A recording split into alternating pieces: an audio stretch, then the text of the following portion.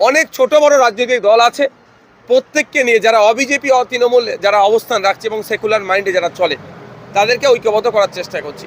এবার আমার অনুরোধ এতটুকুই, মিডিয়ার মাধ্যমে প্রশ্ন যখন তুলেছে যে দ্রুততার সাথে জোট না হলে এই জোটের সুফল আমরা বুথ স্তরে পাবো না।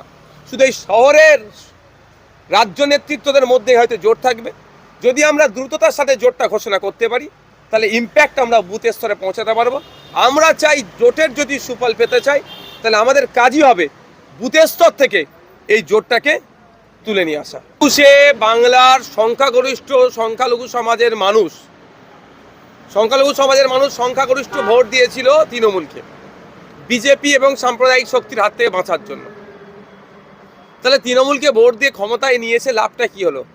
একের পর এক জায়গায়, যেটা উত্তরপ্রদেশ, উড়িষ্যা, গুজরাট, মহারাষ্ট্র, আপনার বিভিন্ন বিজেপি পরিচালিত রাজ্যে যেভাবে সংখ্যালঘুদের উপর অত্যাচার আক্রমণ নেমে আসছে, পশ্চিমবাংলা সেই তালে তাল দিয়ে যাচ্ছে। পশ্চিমবাংলা সরকার সম্পূর্ণরূপে এই হিংসা বন্ধ করতে ব্যর্থ হচ্ছে। তাই আমরা বারবার বলছি, তৃণমূলকে দিয়ে বিজেপিকে যারা আটকানোর স্বপ্ন দেখছেন এই দুরবস্থা হবে। আর যারা তৃণমূলের অত্যাচারের হাত থেকে বাঁচার জন্য, তৃণমূলের অন্যায় দুর্নীতি চুরির হাত থেকে বাঁচার জন্য বিজেপি শরণাপন্ন হচ্ছে, তারাদেরও এক অবস্থা হবে। তাই 2026 নির্বাচন আসছে, বিজেপি এবং তৃণমূলের বিরুদ্ধে বাংলার মানুষকে জনমত তৈরি করতে হবে।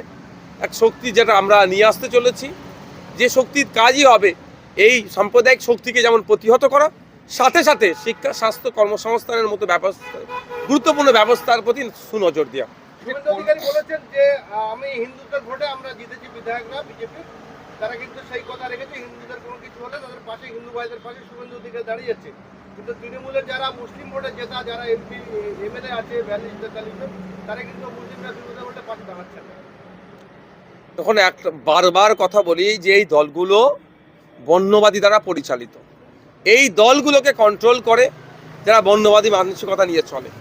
সুতরাং এই যে আপনি যে মুসলিম বিধায়কদের কথা বলছেন, 43 জন মুসলিম ধর্মেও পরিচিত বিধায়ক আছে, একটা টু শব্দ করার ক্ষমতা আছে। শুধু তাই নয়, যখন শুভেন্দুবাবু বলেছিলেন ক্ষমতায় আসলে তৃণমূলের মুসলিম বিধায়কগুলোকে বিধানসভা থেকে তুলে রাস্তায় ফেলে দেবো, বাইরে ফেলে দেবো, একটা অভিযোগ দায়ের করার মধ্যে স্বাধীনতাটুকু আছে?